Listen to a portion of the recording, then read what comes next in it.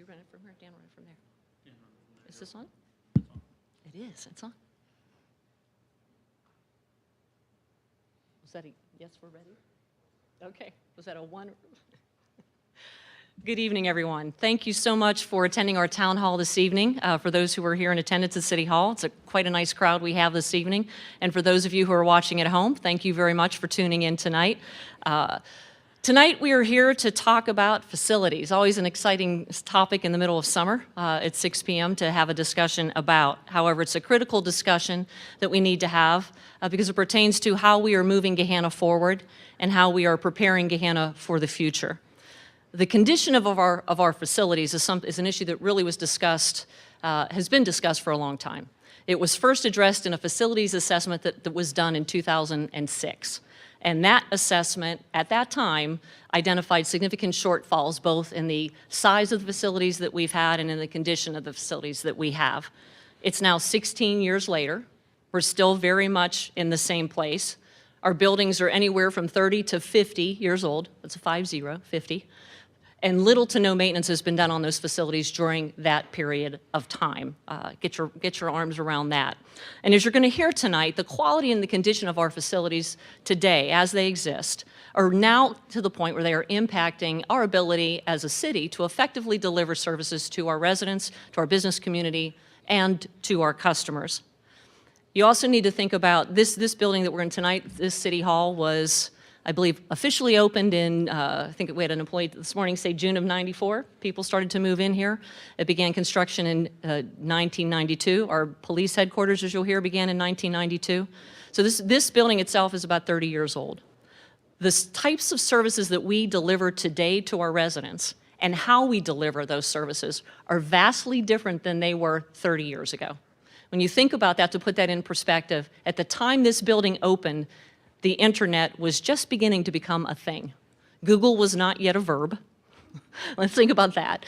And things like online registration for programming, payment online, payment with credit cards, those were not typically things that we dealt with 30 years ago when this facility opened, but they are things that now are a daily occurrence for us, and we are looking to expand that as technology continues to evolve.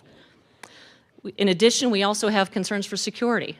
When you think about what the world was like 30 years ago, it is vastly different than it is today with regard to security, not only for our staff, everybody who works here on a daily basis, but the people who come into this City Hall every day to do the business that they need to do with the city. For the last 2 years, my administration has been working on a facilities assessment. It was one that had been actually begun under previous administration. We worked on that for 2 years. We formed an internal team that was working on that, our facilities committee. That internal team was led by this gentleman here to my left, Mr. Kevin Schultz. Mr. Schultz is our IT manager. However, his experience extends far beyond that. He actually has a master's in urban planning, and this type of project is one that he has a great deal of experience in. He has been leading this project as we have finalized the assessment, evaluated our options, and tried to figure out how we were going to move forward with this project. For those of you who may not know, back in the fall of 2021, we did a presentation to council where we presented, actually we had a consultant come in, Pizzuti Solutions, who did the most recent facilities assessment. They gave a very detailed presentation to council on the condition of our facilities, our programming needs, and really with recommendations on where we needed to go from here. Following that presentation in the fall of 2021, we held 4 workshops earlier this year, January, February, and March, with our council. During those workshops, Mr. Schultz reviewed in detail the various facility assessments that have been done over the last 16 years. We had a robust discussion with council. I know we have one of our residents who was here for every single one of them. He's here tonight. I told him he was batting 1,000 on his attendance on this issue. I appreciated him being here. But we reviewed in detail with our council what those assessments showed, and we began to put forward, at least to try to put forward, a path through which we would continue to evaluate those facilities and how we might move forward for the future. What you're going to hear tonight is a consolidation of what we talked about in those 4 workshops. Mr. Schultz will walk us through how we got here tonight, what the history has been through the various assessments that have been done. We'll talk about the current condition of our facilities, And we'll talk about the options that we have considered and working through the issues and challenges that we were identifying with our facilities. We'll discuss also a unique opportunity that has presented itself in the course of us evaluating what are we going to do about our facilities in the future. It is truly a unique opportunity we're not looking for. It's one that presented itself to us as we were going through this process, and we're going to unveil a little bit more about that tonight. And then finally, we'll talk about what next steps are. What the next steps are as we continue to consider and evaluate how we might address our facilities needs within the community, what the next steps are for public engagement and public dialogue so that our community can be a part of this decision-making process as we move forward. But you're not here to hear me talk about what we're going to talk about. You're here to learn more about our facilities. So with that, I'd like to invite Mr. Schultz to the microphone to begin the conversation. Good evening, folks. Thank you for, as the mayor said, thank you for joining us. We have a lot of information to get through in a relatively short period of time. I'm going to apologize in advance for maybe talking a little bit too fast, but we'll get through it. And as the mayor said, we're gonna cover a lot of ground tonight from 2006. Can you just click on the slide screen on the presentation itself?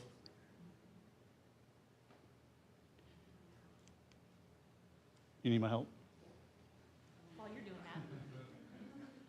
While he's taking care of an IT issue, because he is the IT manager, I realized I was neglectful in recognizing several of our council members who are here tonight. We have Council President Stephen Renner, next to him Councilwoman Marissa Bowers, over here Councilman Trenton Weaver, Councilwoman Kaylee Padova, and I missed in the very front, Councilwoman Karen Angelo as well. So we appreciate you guys taking time out to be here.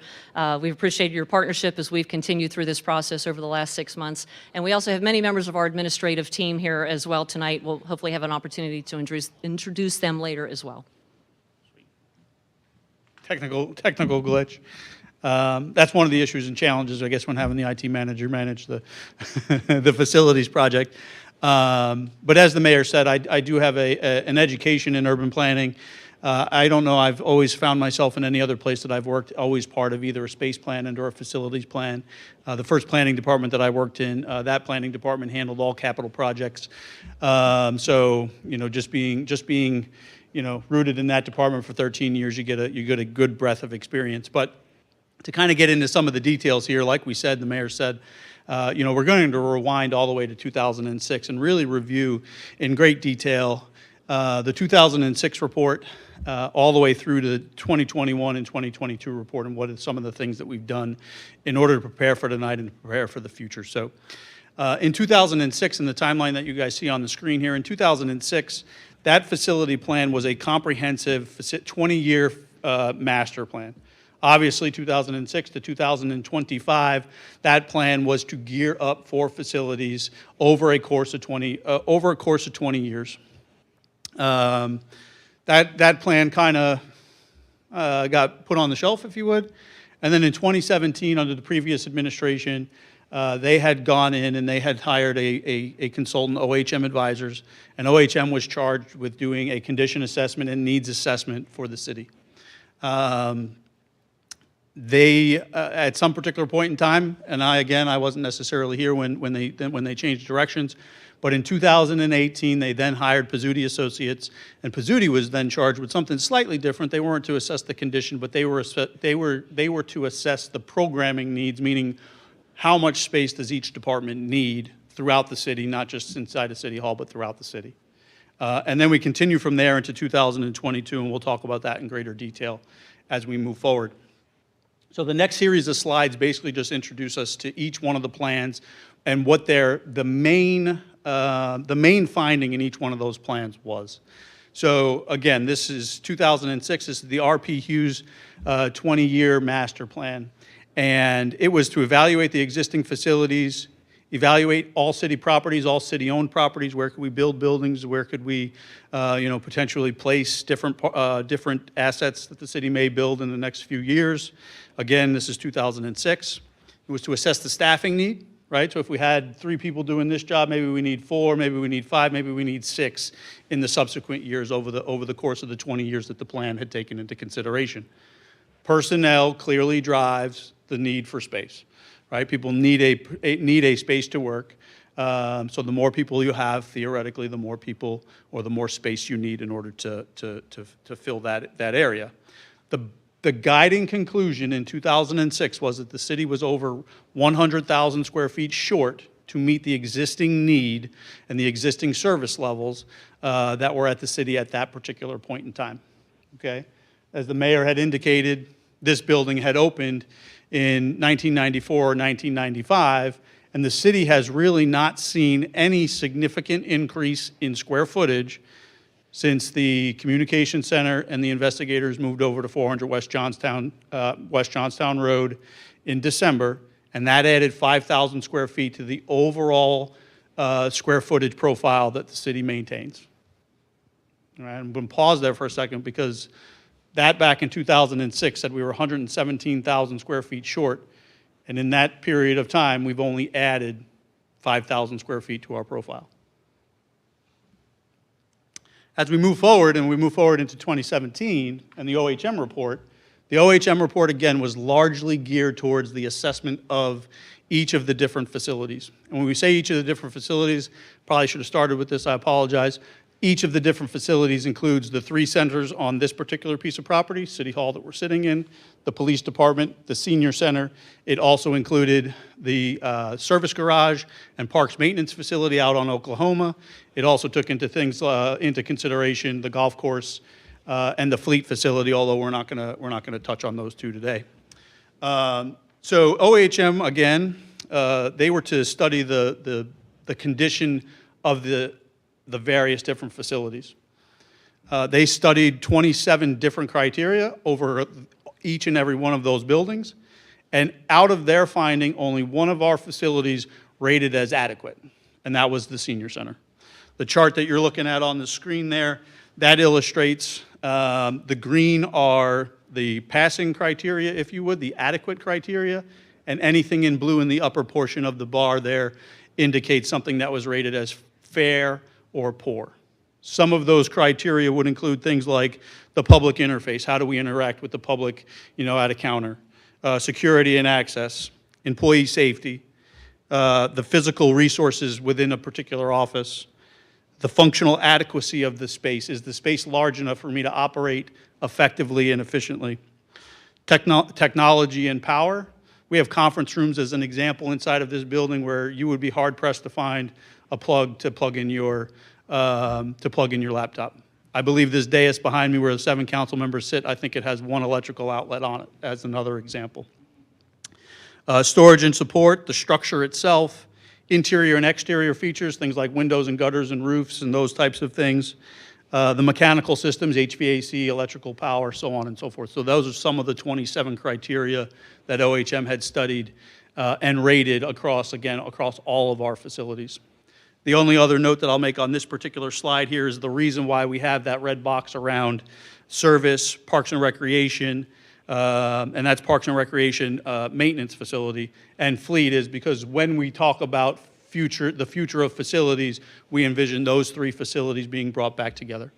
We'll talk about fleet in a little bit greater detail as we get moving.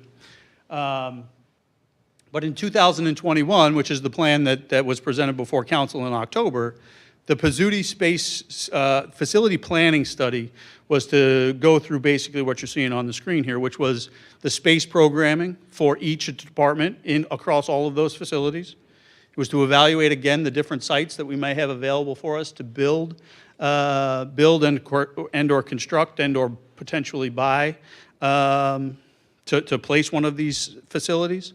And then also it estimated a schedule and general cost. Again, that plan was begun in 2018. That plan was picked back up in 2020 under the current administration. I got here in August, and I think shortly thereafter, although I told the mayor this morning, I think I quit 3 weeks later, was assigned this particular project, and largely assigned this project to kind of assemble all of the things that had been done in order to kind of be the fact finder, the fact teller across all of these different plans. Facilities can be contentious, right? Everybody has their own space and their own needs, right? I'm sure husbands and wives, you have maybe that man cave or that room in your house that That's mine, don't go into that area. Same thing kind of happens in your office space where you spend a lot of time throughout the course of the year. So the biggest part on the Pizzuti plan was supposed to go over strategies and next steps to move us forward. And again, that plan was presented to before council in 2021, October 2021, and then the 4 workshops were initiated at the beginning of the year. The next series of slides that you're going to see, we're going to go over the operations complex. We're not largely here tonight to talk about the operations complex. We're here largely to talk about City Hall, the police department, and the senior center, the functions that are on this particular piece of property. But as a place in time, it's important that we go over the needs and understand the needs from an operations complex standpoint, as well as the other needs that we're going to get into greater detail tonight. So the current facility, and what you're looking at is an aerial photo that just kind of outlines the different features that are on that particular piece of property. Where's the streets and utilities garage at the northern portion of this particular picture, the covered storage versus the equipment barns versus the parks maintenance facility. What you're looking at in text on the left-hand side of the screen basically just indicates that the 2021 Pizzuti report says that that particular facility should be upwards of 56,000 square feet, and currently we are dealing with a facility that only has 32,000 square feet available to it. Okay, we're looking at an 8-acre site on Oklahoma, and current need is between a 15 to 20-acre site in order for that particular facility to meet the needs and the services that a city of this size requires. So basically, we're looking to increase the Oklahoma or the operations complex by about 71%. Is the major finding there. Some of the other key parts. This here is the condition portion of the program. 70% of the criteria found across all of those different buildings on that particular piece of property rate at fair to poor. Okay, that's 81 criteria because of the different buildings that are there. So I don't want everybody to be confused there. But it evaluated all of those things, and now when you take that 27 and you multiply it up, we evaluated 81 criteria, and 70% of those 81 criteria rated at fair to poor. Okay, there are code and safety issues and concerns out there. There are other operational concerns. There was an employee, a female employee that was, I think she came from the City Hall location where she had an office space, and she was going to be an admin out there. And in order for her to sit in that particular space, we needed to build her a restroom as one of the examples from a functional standpoint that the facility just did not meet the needs, our current day needs for all types of employees. There are structural concerns out at that particular facility where there was a partial, there were foundation and wall issues where the word collapse would probably be too strong, but there was significant movement in a particular wall out there at that particular facility. And those are some of the types of conditions that we deal with at the operations complex. That's both at the parks maintenance facility and the streets and utilities garage as well.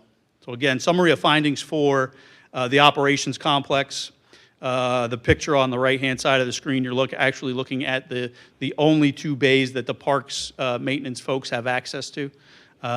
Whether that's for summer months when they're mowing grass, or whether that's in winter months when they're plowing snow and doing different operations around city complexes.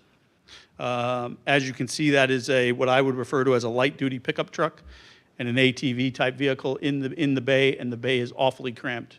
If they put a pallet of mulch in there, there's little room to move around and actually operate inside of that particular space.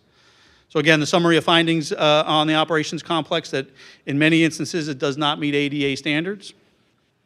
There are numerous code and safety concerns inside of the facility. Inadequate ventilation in shop areas. They do obviously deal with a lot of gas and petroleum-based products, paints and such. So fumes and properly ventilating those is of a concern. The salt and brine facilities are undersized. Oftentimes we need to go in, sometimes get salt, if you would, from New Albany, which requires a trip to New Albany and back. I believe that Grant, the service director, would say that that's about an hour-and-a-half round trip to go. Thank you, Grant. I didn't see you back there. I was looking. An hour-and-a-half round trip. That's to drive up there, load the vehicle, maybe wait in line to load the vehicle, and then drive back and begin to continue to service City of Gahanna roads.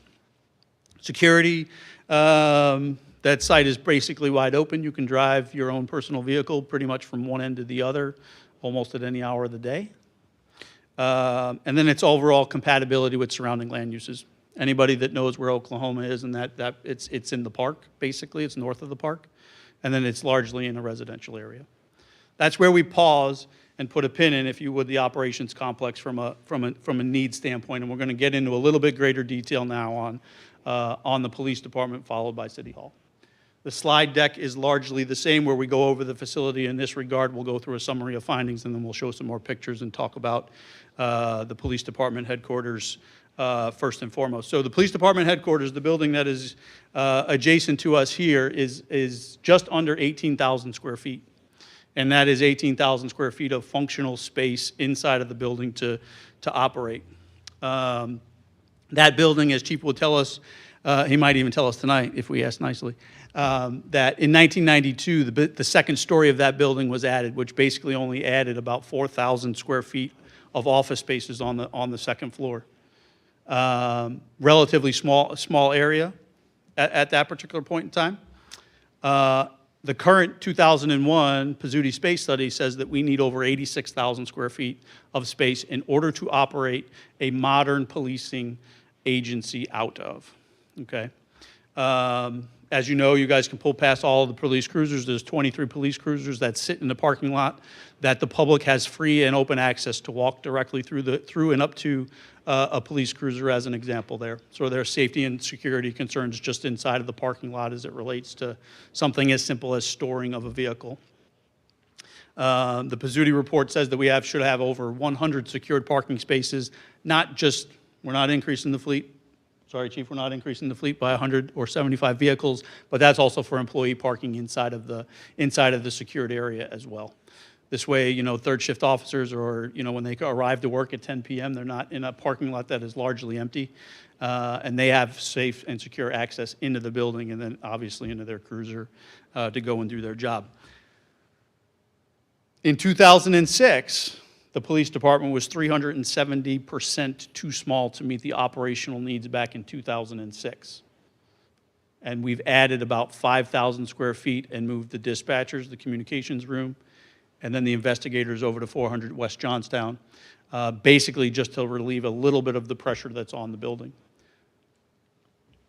While those are some of the practical things as far as square footage goes, some of the conditions that we see inside of the building, only 2 out of 27 criteria rated as adequate. And it was lighting and structure. And anybody that's been inside of the PD would actually they would question my sanity as to why I say that lighting and structure are actually adequate. In 2021 or 2022, today, I can tell you just from experience and being in that building that lighting is inadequate, and I've seen where the structure is actually crumbling in some instances.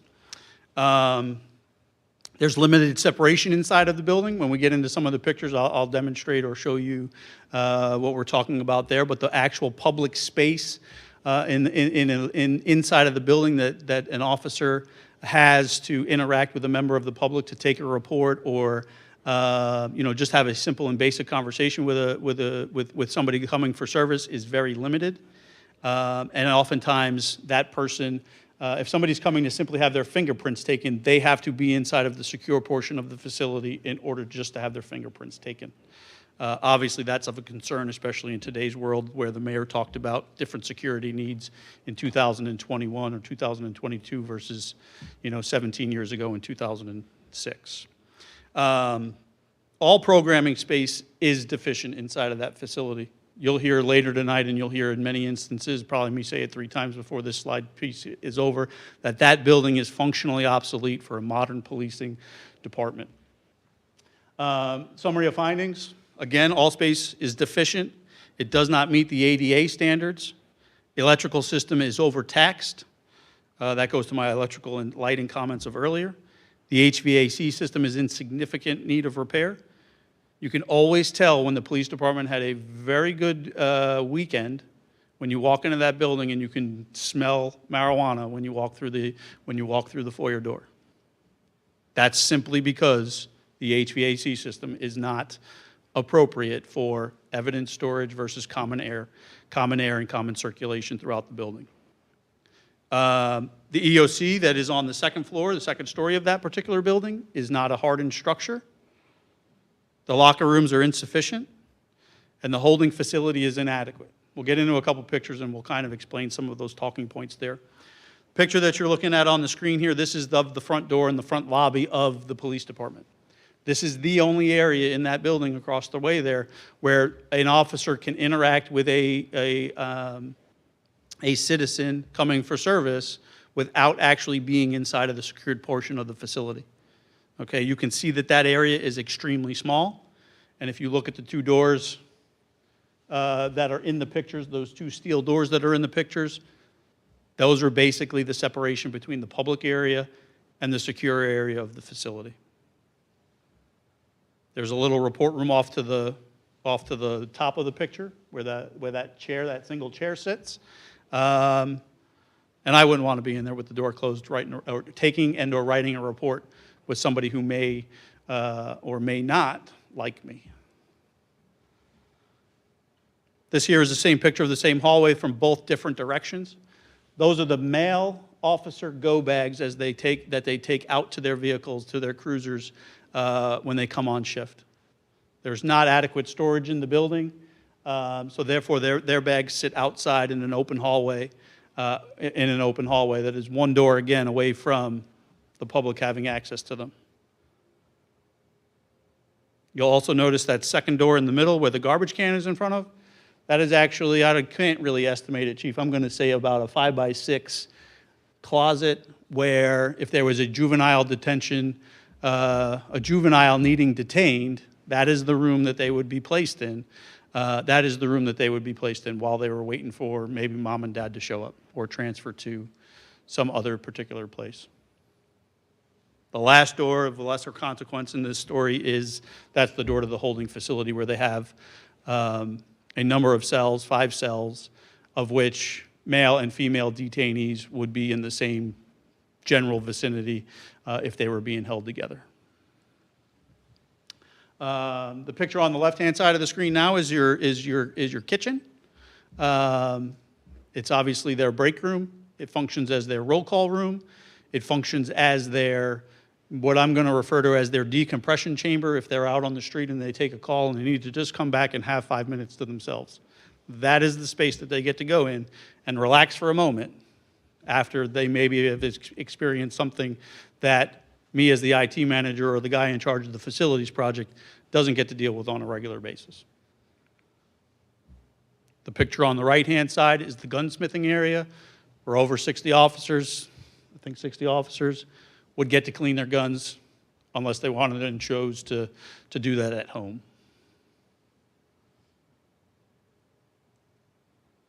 So one of the other things that we've looked at as we've gone through these studies, that's the existing condition, is what are other municipalities doing in order to address some of their needs?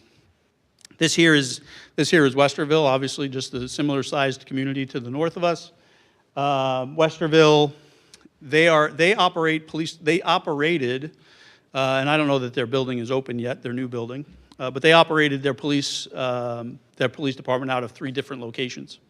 Okay, they basically had that nice historical looking building on Main Street there, and they had determined that that was an inadequate facility to meet their policing needs.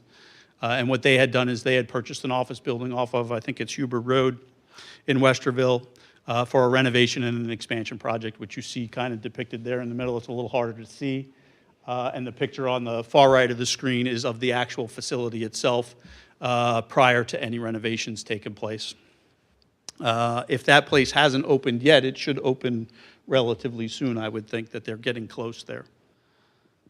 If we look to our neighbors to the west, this is a Dublin project that was begun in 2016, and you can kind of see, a little harder to see, and sorry I don't have a cursor, they have it up there on the other desk, but you can see the construction taking place in the foreground of that picture, where they were adding about 17,000 square feet to their police department. This is the 3rd renovation that the Dublin Police Department has gone through with another one taking place in 2004.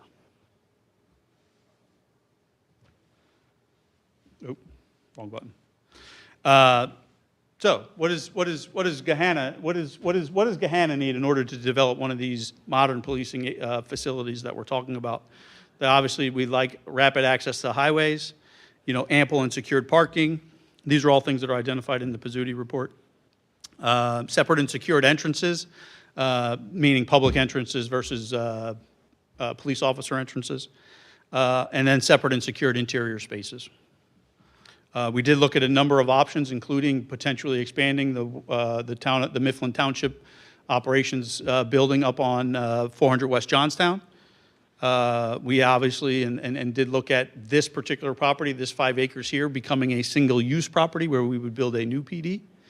And then other vacant spaces throughout the city were also evaluated. PD needs about 5 acres in order to build a facility that is of ample size and has ample parking, secure parking, in order to develop what the 86,000, 87,000 square feet that we're talking about. Some of the facility amenities that are also identified were office and workstation space for 93 employees, ample locker room space, fitness and training area, full emergency operations center. You never need an emergency operations center until there's an emergency. Weapons and ammunition storage.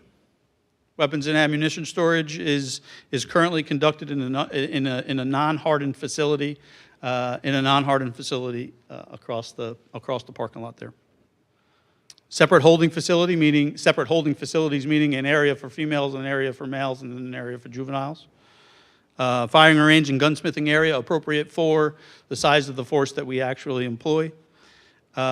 Break room, roll call rooms, and quiet rooms, as we kind of discussed already. And then obviously private interview rooms as well.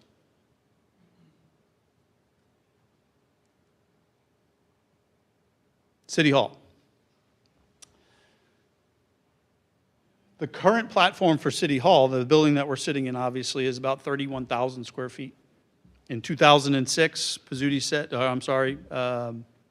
the RP Hughes report said that we needed about 38,000 square feet. I will admit right now is that the function of the city was a little bit different in 2006 than it is today. 2 examples I'll give you there is that we no longer have a records department and we no longer have a tax administration department. But we have many more employees than we did back in 2006, and they're filling those spaces despite the fact that we don't have 2 additional departments.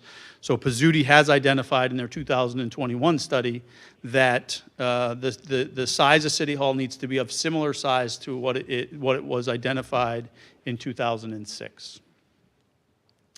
The uniqueness of this building, we'll call it, is this long main corridor here. This long main corridor that you all traversed in order to get from the parking lot into the building here equates for an awful lot of the overall square footage of this particular building. Okay, we're sitting in an addition that was opened in 1995 of about 8,000 square feet. So when you look at council chambers, there's a committee room next door to us here. Council offices are immediately to the right here. You have mayor's court, prosecutor's office, and such down the hallway here. In that new addition that measures about 8,000 square feet, there's 6 employees that work in that 8,000 square feet. Okay? So those 2 stats at the below there, 88% of the staff that work at City Hall work in 48% of the square footage of the building. So the equitable distribution of space throughout City Hall is very, very poor. We do have some areas where, they appear spacious. This is a very comfortable room for a meeting like this. But then we have other areas where folks are literally on top of each other in order to, come to mayor's court, buy a building permit, any of these other functions that obviously take place through City Hall here. From a quality and condition standpoint, City Hall, 62% of those 27 criteria rated as fair or poor back in 2017. There's limited separation inside of this building. We had employee meetings this morning to basically say, hey, this town hall is going to take place tonight. We want you guys to be aware that this is happening. And one of the questions that was asked was, And I don't want to necessarily kill the punchline here, but in one of the proposals that we're going to show you later on, they were like, in a newly designed facility, would a resident have the ability to basically get anywhere in the building and come visit me and surprise me in my office? And that happens on a regular basis, at least here on the first floor. Since COVID, the second floor has been closed, so the public doesn't have access upstairs. But before COVID, you know, the whole entire building was open, and a resident could go, or a customer, if you would, could go from one floor to the other and basically end up anywhere that they needed to throughout the entire building.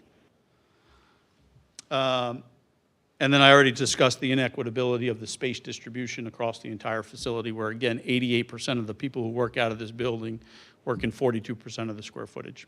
That's the main takeaway on the condition side. On the City Hall, the summary of findings side, security and access is of large concern, obviously. The fact that everybody who either comes into City Council meeting or even the Mayor's Court has to walk through the entire building in order to reach the magistrate and or, you know, City Council creates a security issue, or the inability for us to separate public and secured spaces throughout the building. The building was obviously designed in an old model of business. Very understandable and very, you know, probably very well designed back in 1995. But again, to one of the points that the mayor made, you know, the business model has changed, and our ability to service the customer needs to change with that. And oftentimes that includes the actual architectural qualities of a particular facility. It lacks designated prosecutor space. Prosecutor, you'll see in a video that we're going to show you a little bit later, actually sits in the hallway out back here and interacts with defendants right in the hallway. Storage is disjointed. I think the planning department has building plans that spread across 3 different floors. Third floor, oh, I'm sorry, third floor, there's no third floor. Second floor, first floor, and then even in the basement, their records reside. HVAC, again, is in significant disrepair or in need of repair. And the critical infrastructure is aging. Very similar issues that we see over at PD, maybe just not as dramatic, So again, just a series of pictures that we'll walk through here. What you're looking at and I'll walk left to right here. That cubicle space on the left-hand side is a location where 2 employees sit. Those happen to be our project inspectors. Thankfully, they're out in the field an awful lot. But it would be, if one of those gentlemen was sitting closest to the entryway, it would be hard for the other one to either get into that space or out of that space without, you know, bumping into the chair that the other was sitting in. The picture in the middle is of our planning, building, zoning department. That's an awfully cramped space. And then the space on the right-hand side of that particular that kitchen area there is where our chief building official reviews all of the building plans that come before him that he needs to sign off on. Yes, that is a kitchen table. And yes, that is a kitchen. This here is some of the storage area throughout the building. Actually, this is a similar picture. This is court filings, court storage, case files. That is an exterior door to the outside of the building where active case files are being stored. And then there's a large hallway with medical type files throughout it. And then one other picture there that looks like the basement is actually the basement. So we're back to what have other communities done. The Westerville project is extremely important for us to look at and learn from, I think. What they've done is, yes, they've bought that office building. They're expanding that for their court system and their police department. But then they're repurposing their existing police department for City Hall related services. Okay?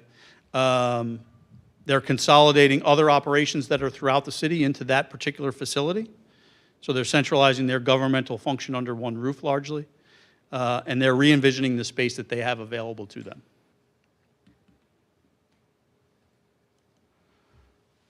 This is, again, Dublin. And what Dublin has done, they've bought another office building, and they've added largely, so this is a before and after picture. They've largely added, I believe the area that they've added is largely for council and council chambers, and then other office space as well. Okay, so this does seem to be the trend for facilities throughout our region and even throughout the country, where municipalities are buying an office building or an existing building, if you would, and renovating and expanding it in order to meet their needs. And there's a variety of reasons for that we're going to get into next. Sorry, not next. Almost next, I promise. So some of the things that we looked at as far as City Hall goes was the renovation and expansion of this existing facility. The Pizzuti report identifies and is very clear that the renovation of this facility would cost about 30% more because of the way in which it's currently designed in order to do it right. That would also not give us the ability to inhabit the building while those renovations were taking place. We've looked at other office buildings throughout the city of Gahanna. City of Gahanna right now has about a 40% office vacancy rate because of COVID and the impacts of COVID on the commercial office space area. These are 3 buildings that we looked at. We looked at these in great detail. Yes, that is Clark Hall, the one in the middle there. We did look at that in relation to the school district project and had a lot of conversations with the schools as to whether or not that could potentially meet the City Hall need. And then when they needed a certain amount of square footage and for them to bring their own operations together from an administration and IT standpoint and other things, the building became too small for us to actually be able to function out of. They were also keeping their preschool. Courts and preschools may not mix all the time. So there were some issues and challenges there as well. So this is where we get into the proposal portion of or the opportunity portion of the program here. A facility for the future, okay? So some of the things and some of the highlights, and I hope that you see these in the next couple of slides that we show, is that a project that we will pitch to you this evening is it improves our ability to service the public and to deliver services to the public. It addresses the needs for this particular campus, the police department, City Hall, and the senior center, so this entire 5-acre parcel for decades to come. It's at a significant cost savings, and then it also could increase, and I use the word could, it probably should even be on the slide, could increase the economic asset that we're dealing with from the standpoint of if we're no longer on this particular piece of property, having services off of this particular piece of property, this becomes an asset to the city to potentially recover some revenue from.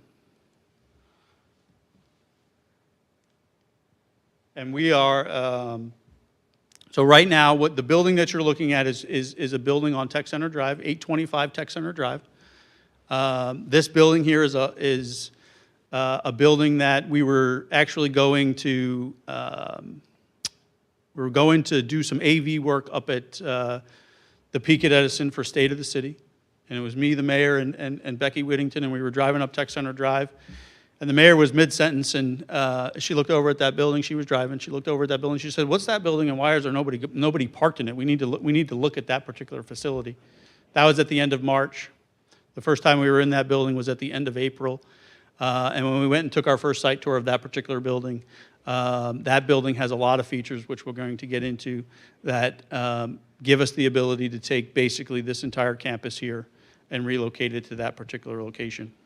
It's predominantly, it's a 100,000 square foot office building, so it's predominantly a renovation project and not a new construction project.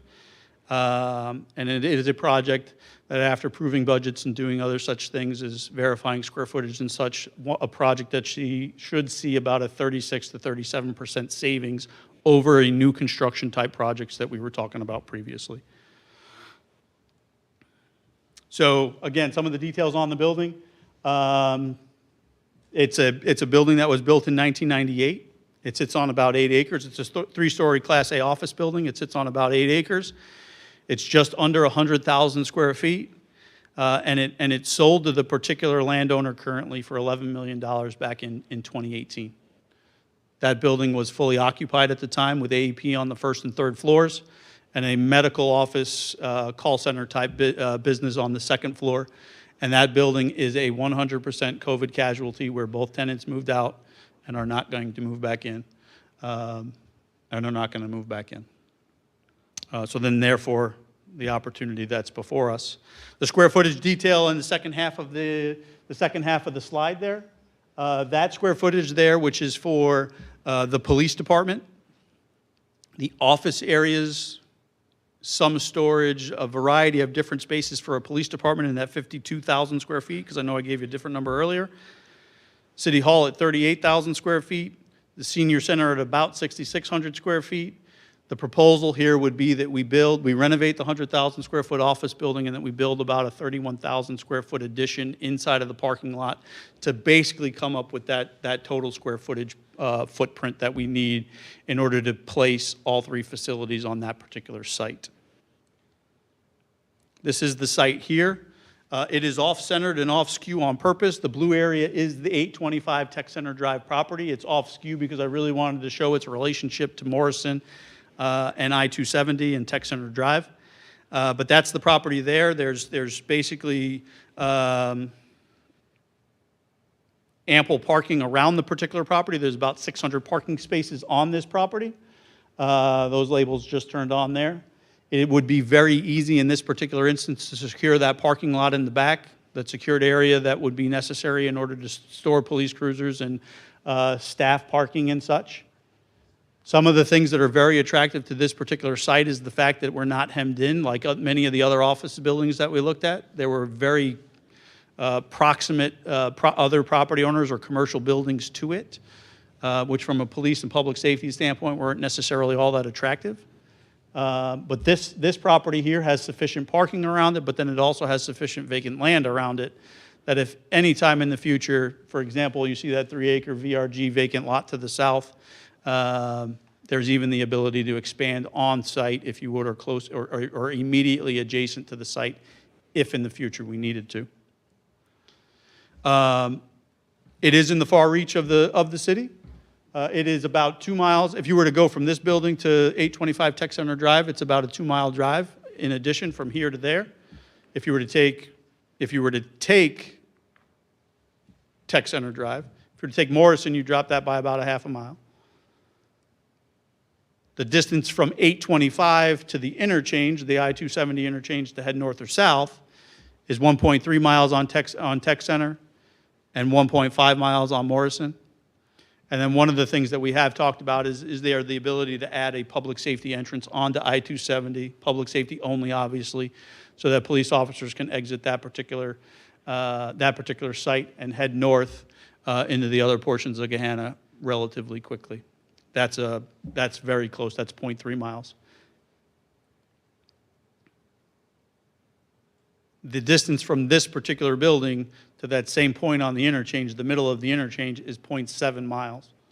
Okay, so that's the distance that we've changed from a response standpoint. We've added 0.7 miles, and a lot of response doesn't happen from the facility itself because they're out patrolling and doing, other things in the community.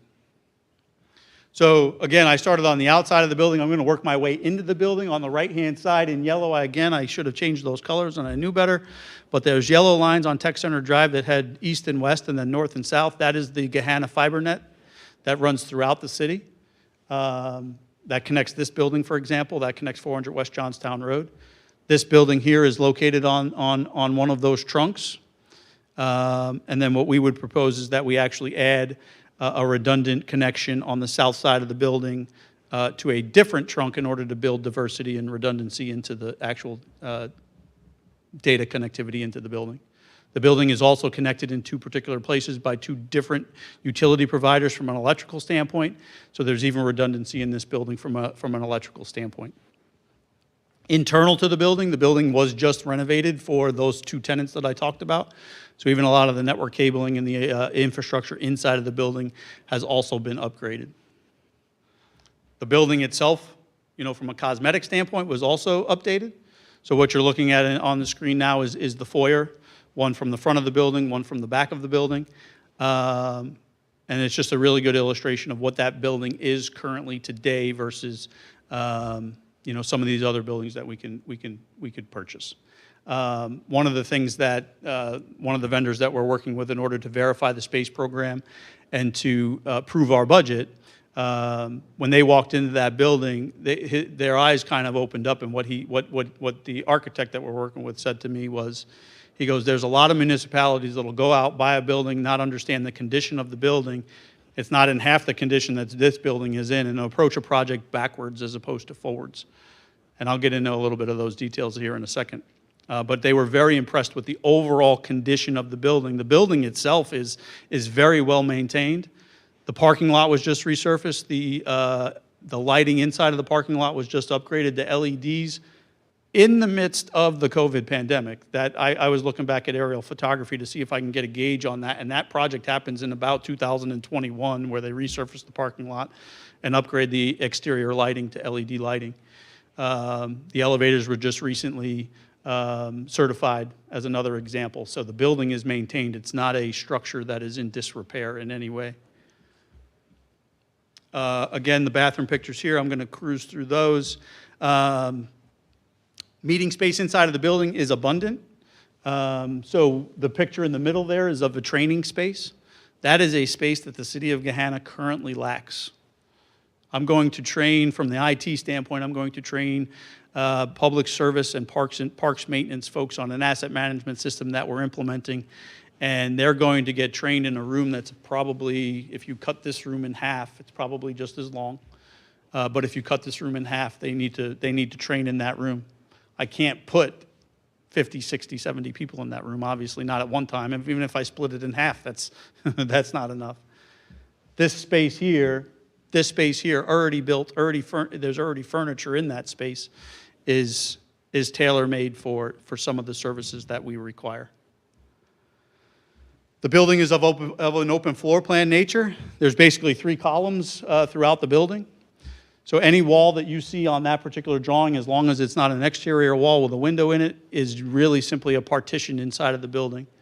It can be knocked down and moved and renovated without jeopardizing, obviously, the structural quality of the building itself, which makes the renovation portion of the project, in our estimation, it makes the renovation portion of the project much more feasible and easy to do, quicker to do even, than if you were to maybe need to renovate this particular structure here.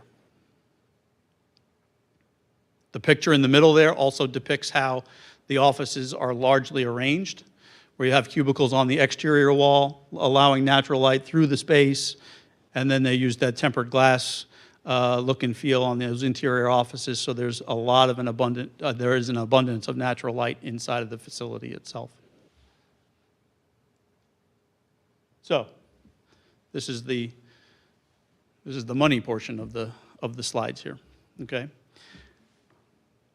When we approach a project the way in which we've chosen to approach this particular project, it obviously drives cost savings.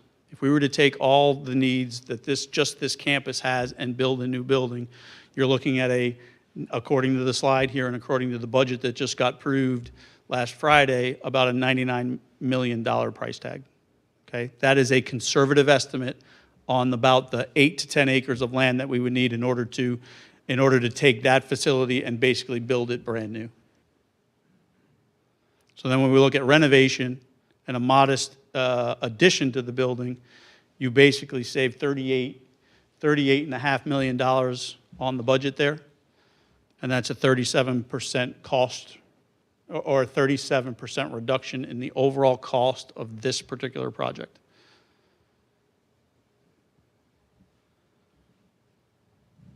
It's going to be a surprise. I think the next slide is my video, but I'm not sure. Is it? I don't want to hit the button too quick, and then we'll see what happens, right? We do have it's about a 7-minute video that basically, it's the highlights of a lot of what I just talked about. From there, the mayor will get up, give some closing remarks, and then we'll be able to take to do some Q&A after that.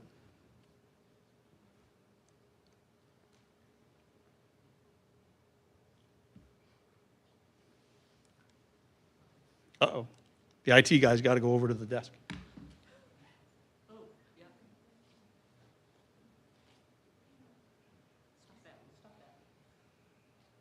Today.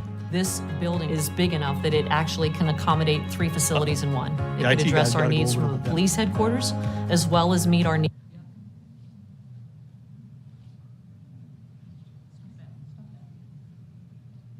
today. This building is big enough that it actually can accommodate 3 facilities in one. It The could IT address guy's our gotta go needs over to from the the desk. police headquarters, as well as meet our needs.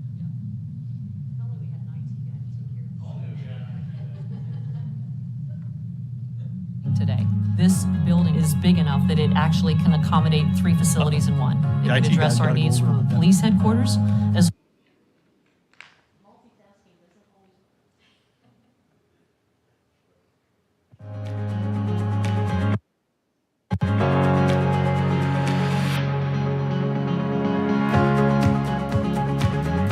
Sometimes when you least expect it, a golden opportunity presents itself. That golden opportunity is this building, 825 Tech Center Drive, where I'm standing today. This building is big enough that it actually can accommodate 3 facilities in one. It could address our needs from the police headquarters, as well as meet our needs for City Hall and the senior center, not just for today, but for decades to come. In 2005, an assessment was done of our city facilities. And that assessment, 17 years ago, concluded that we were 100,000 square feet shy of space that we needed at that time to meet our existing needs. And the majority of our facilities, including our police headquarters and City Hall, were rated fair to poor based on 27 different criteria. When I joined council in 2012, it became even more apparent that we were struggling with, not just with our police department, but with City Hall, our service department, and other buildings. We're catching up on deferred maintenance.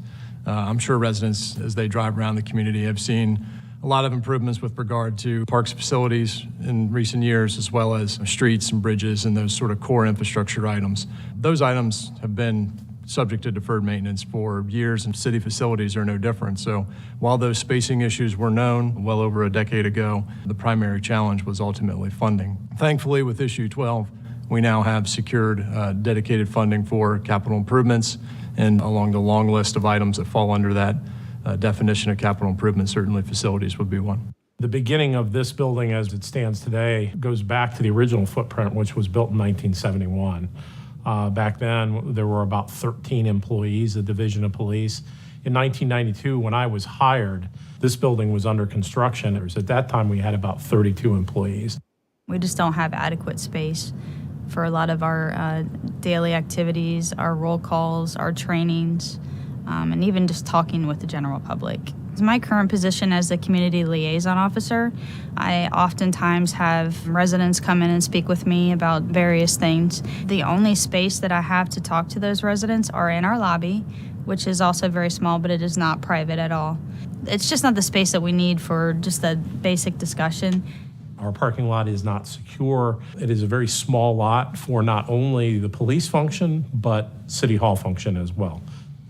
The equipment that we have now, body-worn cameras, radio equipment, everything down to flashlights and uniforms for all different types of weather conditions, that equipment has expanded over time. So has the space and the storage needs for those individual officers to have that readily available, but the spaces that they have to store that have not. I didn't really know about the roll call room until I actually did when I came in and did my ride along here. And then it just seemed like, okay, this is what they do. This is kind of like it's in the kitchen area. A Sally Port is an area that is where we bring someone in if they're under arrest. We share that space with bicycles for the bicycle officers, cages for canines, cleaning storage, and it's just not a safe space for either the prisoner or us. This building is functionally obsolete for what we need to do in terms of services to the community. The same issues that are plaguing our police department are the same types of issues we're dealing with at City Hall. A lack of storage space, lack of workspace for our employees, and concerns for both security and privacy. So we have multiple personnel that do not have the required space in order to effectively do their job. For the Department of Planning, we have 4 divisions working out of one shared space. Court is in the back of the building, so anyone who comes in to the building to come to court is going to go past the water department. They're going to go past the service department. They are going to walk past citizens who are here to go to Parks and Rec and maybe rent a facility, something like that. One of our prosecutors has to sit in an open hallway. She's at a table behind me, you can see. So she meets with defendants in an open area where citizens are walking back and forth, or other employees are coming to have meetings at different spaces. We just 6 months ago started taking on New Albany Mayor's Court as well. So we run 2 Mayor's Courts out of this facility. It was a little tight for 1. We're getting a lot tighter for 2. So we do have medical type files that are lined in our hallway in the back of our office. We have what used to be a janitor's closet that holds our files that are new files. We even have some file and some storage that are kind of in what used to be an exit to the building. We have a high influx of seasonal staff members. The only location that they can work out of is City Hall. So in the summer season, it's not infrequent to come into this office and see 11 people working out of a space that's appropriate for 6 cubicles. Current workspace is about a 4-foot by 4-foot cubicle. A little challenging as a finance manager, often having to find conference rooms or free space in order to meet with staff. That facility is wide open. It's in an ideal location. It provides the expansion and the ability for us to look 20, 30, 40, and 50 years into the future. We have to look at the big picture in the future. What is it going to look like down the road here in Gahanna? Knowing that issue 12 has set us up for success, how do we maximize on that success and be able to create opportunities for the city to be ready to take on what's next, as opposed to be reactive to what's occurring? The opportunity to pursue 825 Tech Center Drive really is a unique and wonderful opportunity for the community. We've been able to build a large schedule that's going to take us through the summer and into the fall to publicly discuss this project. The focus will be all the mountains of data for all the reasons why we want to do this, why we should do this. But the other part of the question is, if we don't do this, if not this, then what? And issue 12 taught us, if not now, then when? Now is the time. If we had sat down and sketched out a building that would meet our needs both today and tomorrow, it would look like 825 Tech Center Drive. But not only does it set us up for success for decades to come in meeting our needs, but it does so in a way that would save the taxpayers tens of millions of dollars for years to come. This truly is a golden opportunity for Gahanna.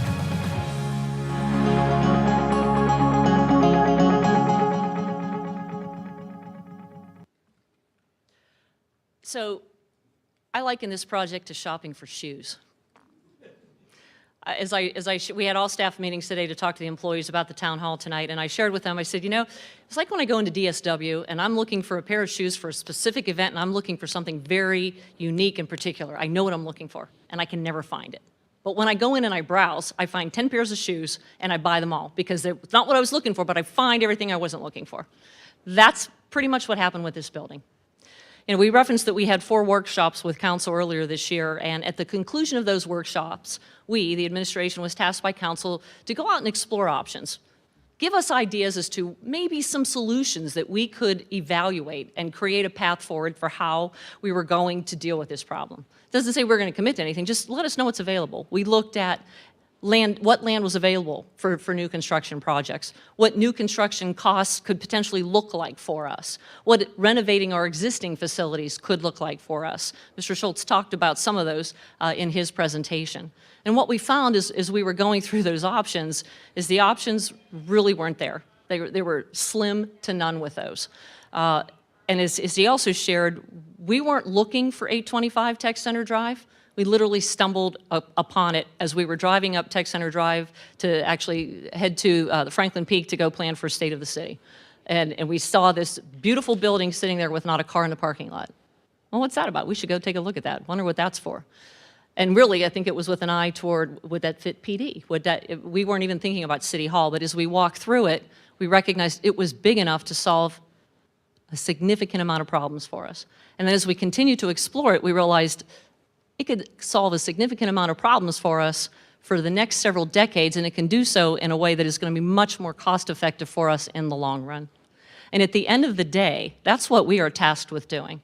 We are tasked with taking taxpayer dollars and investing them in the most fiscally responsible way so that we can provide the best services available to our residents.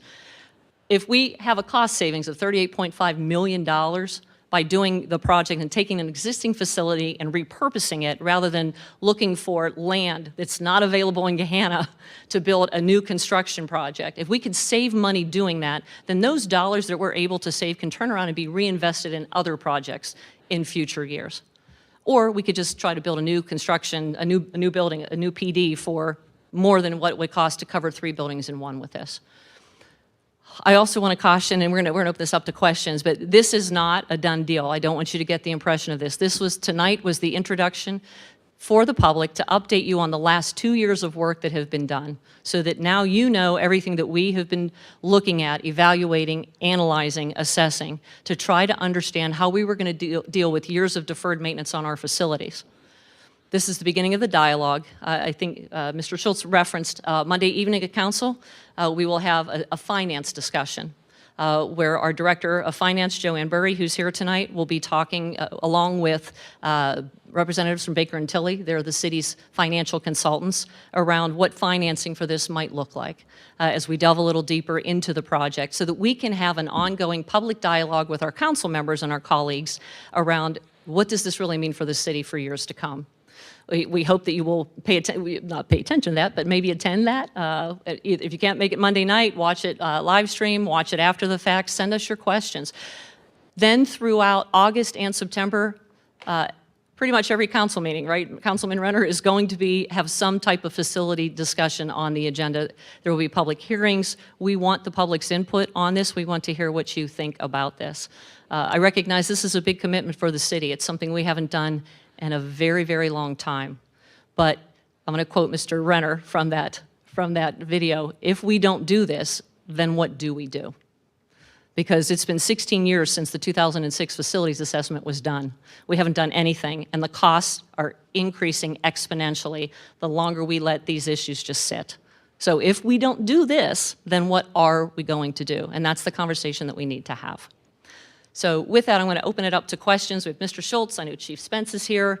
We have actually several of our directors. If you would raise your hands. We have our Clerk of Courts, Director of Courts, Amanda Parker, Director of Planning, Michael Blackford, Director of Parks and Recreation, Stephanie Farrell, Director of Public Service, Grant Crawford, Corey Weibensinger, our Finance Manager. You might recognize him from the video. He'll sign autographs later.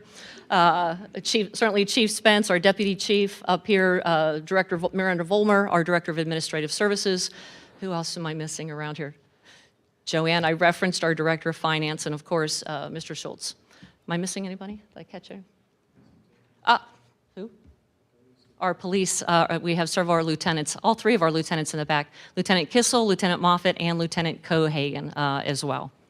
So with that, I will open this up to questions and let the dialogue begin. Mayor, if they can wait for the microphone, raise their hand and wait for the microphone. Yes. If you have a question, just raise your hand. We'll come to you with a microphone so that the folks at home who are tuning in can hear your question. Questions?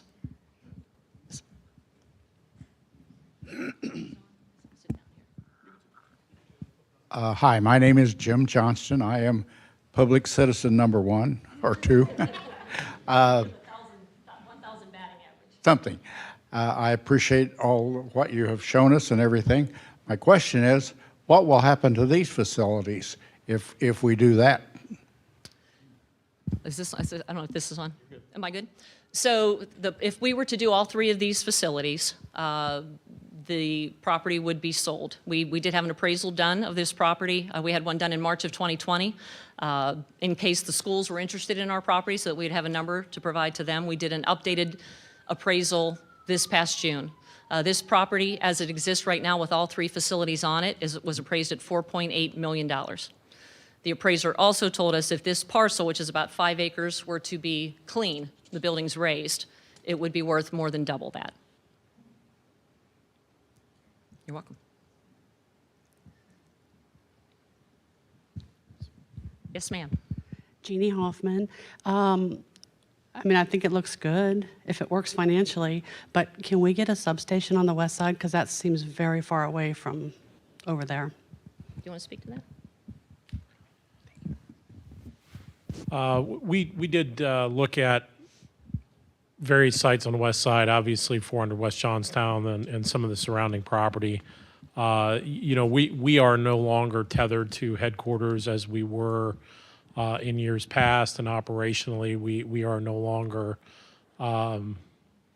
dependent on our building in terms of providing services to the public. And what I mean is we've invested a lot of technology so that we can be more mobile in our approach.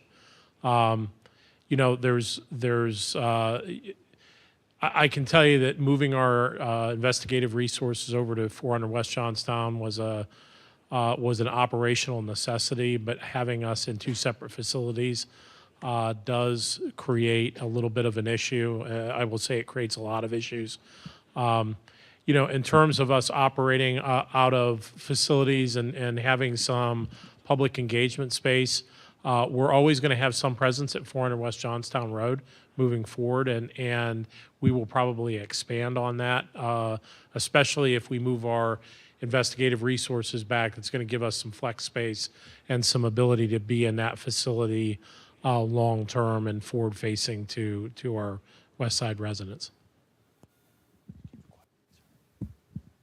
Hi, my name is Jay Bowman.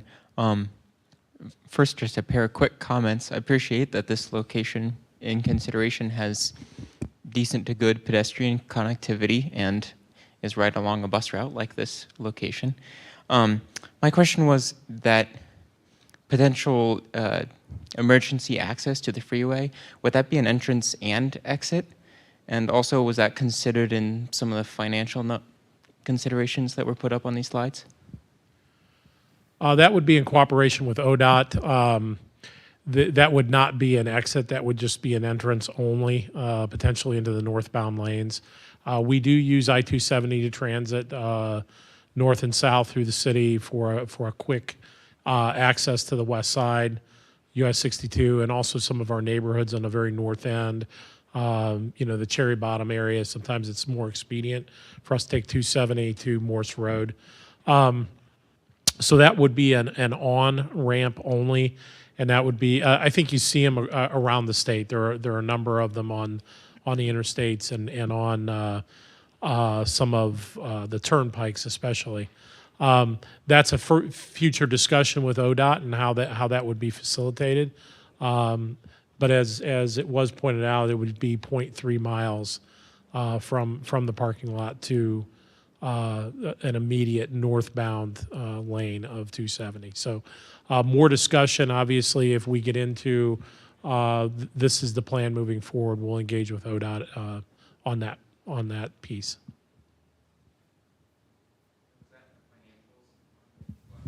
That is not taken into consideration on the financials.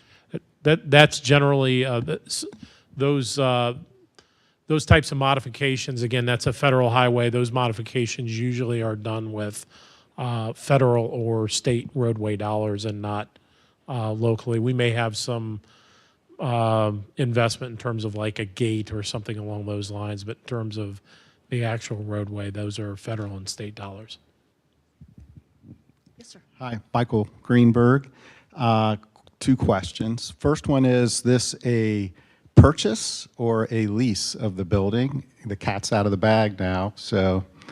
So yes, thank you, Mr. Greenberg. I'll get to your second one in a second here. But the city has signed a non-binding agreement on the building for the purchase of the building for $8.75 million, which, if you remember that slide from 2018, the building was originally purchased by the ownership group for $11 million. So it would be a purchase of the building.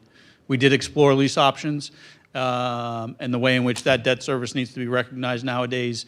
It didn't make financial sense to go down and invest the amount of money that we would in order to potentially not own something at the backside of it. So that's great. That's excellent to know. And the other thing is, you mentioned on the backside of the property there was additional acreage to expand in the future. Is there thoughts on getting that now so that there's no issues into the future, whether that's available or for expansion needs? So Mr. Strum, our Economic Development Director, is not here. I know that he has had conversation with VRG in reference to the particular property. They also own the vacant piece of property, what would be to the, I'm directionally challenged in that case, north, east? East. Thank you. You are GIS, my specialty, huh? Anyway, to the east there, they own both of those pieces of property, and there has been some conversations as far as access to that particular piece of property. Nothing of a formal nature. Nothing of a formal nature, though. Next question. You guys are a quiet group tonight. Were there any questions on chat? No questions on chat. Okay, then. So in the silence, real quick, Mayor, I guess, what the slide that you see up on the screen right now is we do have all of those 4 different workshops that that we did in January through the end of February there, early March. Those are posted on our website. All of the 3 plans that we made reference to are posted on our website. The video that you saw at the end is posted on our website, along with the specific reference to the council meeting back in October of 2011. And then obviously a link to this particular live stream will be there as well to continue and keep the citizen engagement portion, if you would, moving forward. I'm looking at Council President Renner to ask if he would like to say anything. Would you like to make any comments?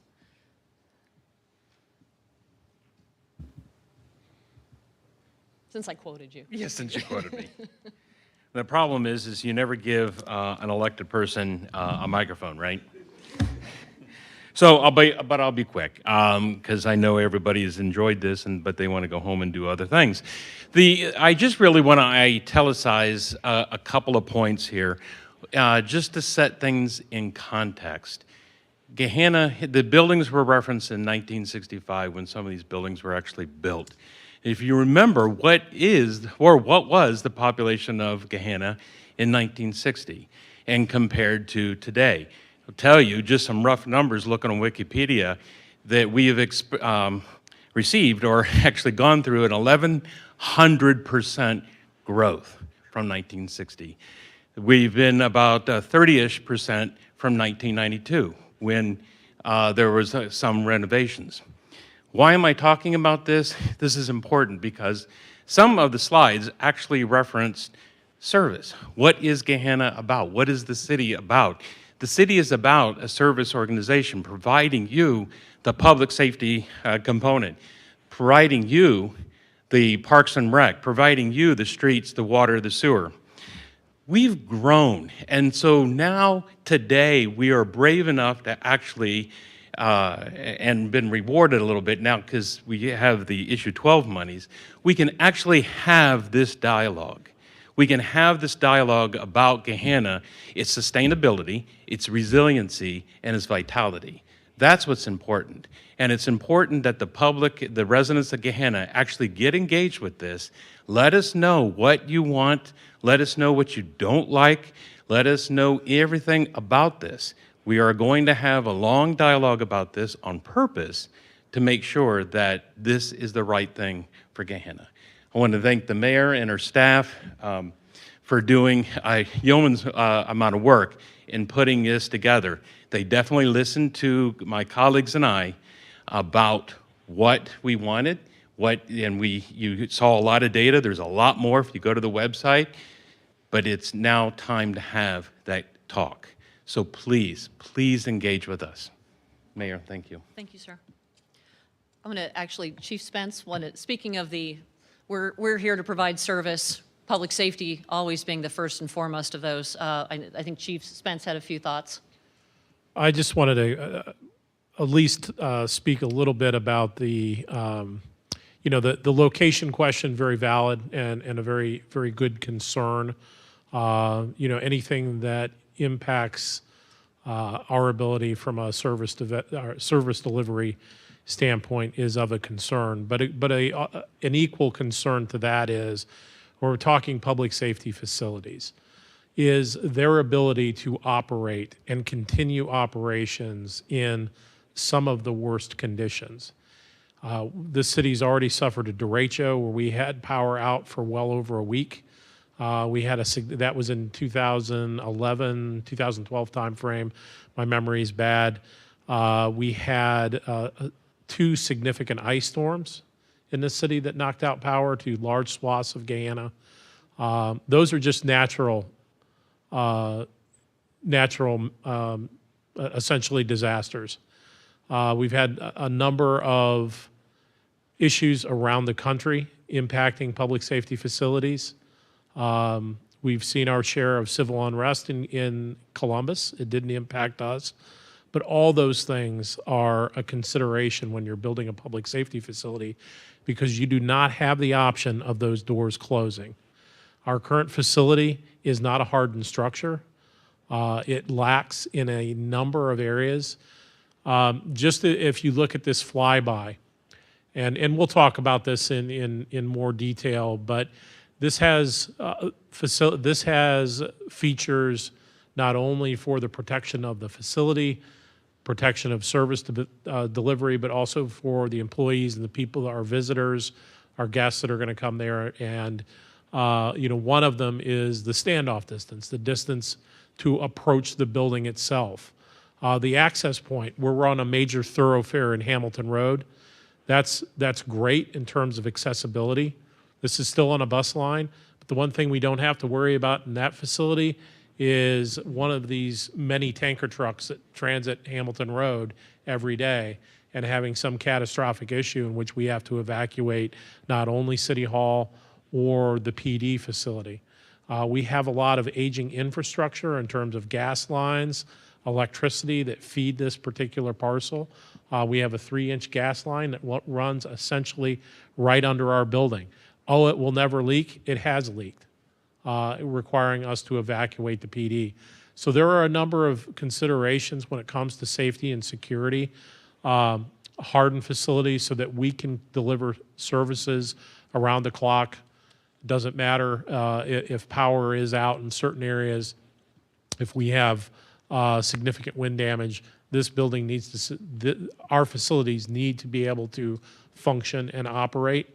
And this facility and our ability to both build a slight amount of square footage and also concentrate on hardening that facility really ensures, and I say ensures, our ability to maintain our operations in some of the situations that we can't really fathom or comprehend at this point because they haven't happened. But will they? Absolutely, they will. Thank you, Chief. Do we have a question? We have one online question. It is this going to require a tax levy? No. It will not. That's part of the discussion for Monday's finance presentation, but the purpose of issue 12 was to allow us and provide dedicated funding to address capital projects. Facilities, specifically the deferred maintenance on facilities, was expressly and specifically discussed by council and the public when issue 12 and issue 29 before that was being debated and discussed right here in council chambers. There should be no reason, actually there are no plans, and there will be no plans to use anything other than issue 12 funding to support this project. Mr. Angelo just gave me a, thank you. Thank you. Okay. Just popped up online. Are there any concerns with the proximity to the airport and approach lanes for planes? Which one of you would like to speak to that? You're the aviation guy. I'm the aviation guy. I'm the guy who runs the drone program for the city. Urban and Planning, Aviation. So no, I mean, yes, the building is basically in the flight plan, but there is very little concern on the approaches. The approaches are significantly, the runways are a significant distance away. We were able to get FAA approval to fly that drone basically at about 50 feet. With very, I don't want to say little effort, but there was only minimal conversation about flying a drone basically in the flight plane at, again, about 50 feet. The top of the building there is 50 feet. The structures that hide the HVAC system on top of the building are about 8 feet above that, and there was no issue in getting clearance, and I don't believe that there would be any issue in with the flight path and the airport itself. Anything else there? Okay. Online. Anything else internally? So then, what? Oh, so close, Kelsey. You're fine. That's why we're here. Yeah. Ask away. Not ladder access. Hi, I'm Kelsey Bartholomew. I'm a resident of Gahanna as well as an employee here at City Hall. My question refers back to a question someone asked earlier as well as in our meetings this morning about what happens to the existing site. I understand that the current intent is to sell this property to recoup some of the expenses, possibly put some money toward other projects. My question is, why not keep this property for another city project like a potential community center or something in partnership with the schools? Because it's a great location that would be impossible to get back if we sold it. And that's, I think that that's open for discussion as we continue this dialogue. Yep, and we've had numerous conversations with the school about this particular property, about different partnerships. I should also note too, right, we've been in conversation with the school around that operations complex and the ability to joint locate a bus garage, for an example, with the operations complex. So the dialogue is there with the school. The dialogue is around this particular piece of property. We do know what its value is, but at the same time, it's the will of the people of Gahanna that'll ultimately dictate, in part, what goes on this particular 5 acres. And with that, any others? So the last thing I would say in closing is we started having, I think this is the 6th or 7th town hall discussion that we've had. We implemented those back in early 2021. We've had town halls on everything from sidewalks to sewers, to roadway projects, to economic development, and now we're talking about facilities. If anything, if COVID taught us anything, it's the fact that we can, we're live streaming meetings. We have the ability to reach people at home. We have the ability to get questions via chat. But we started these as a mechanism to create dialogue and ongoing input with the community. This will not certainly be the last one. This is not the first one we've had. It will not be the last one that we have. We'll continue to hold these to solicit and invite the public to provide their input on projects and things that we work on. I'd like to thank our council members who are all here. 5 of them are here tonight. I know at least one's out of town. I think the other one had a prior commitment. Thank you all for being here tonight, and thank you for your partnership and dialogue as we have continued to work through this and will continue to do so. To our staff members who are here tonight, it's been a long day for you because some of you were in the 8:30 meeting this morning and you're still sitting here. So I appreciate your time and all the work that you've done. To Mr. Schultz and our members of our facilities committee internally here, thank you. Mr. Schultz, I know it's been a long 35 years for you in the last 2 years working on this project. I remember he came into my office one day and I'm like, you're the new guy, here, you work on this. But I knew he was the right person for the job, and he picked it up back in August of 2020 or so, and he has just really committed himself to doing this, and I'm really grateful for the work that he's done on this and his detail. And finally, to the residents who are here tonight, those who are watching at home, sending in your questions. This is what local government especially is about. It's about public engagement. It's about public input. It's about talking with you, hearing what your concerns are, and getting your thoughts as we move the city forward and try to create that plan for the best way to do that. So I'm going to echo Councilman Renner's comments in his plea, in fact, to please engage with us. Show up at a council meeting, send us a question. As we continue the public dialogue on this, be present. Ask questions, get the information that you need to have, and let us hear your voice. So with that, again, I will thank you all for being here tonight. I know you have other things to do on a beautiful summer evening. So again, stay in touch, and don't forget to check out the information that's available on the website, gahanna.gov/facilities, and we look forward to the next time we're together. Thank you.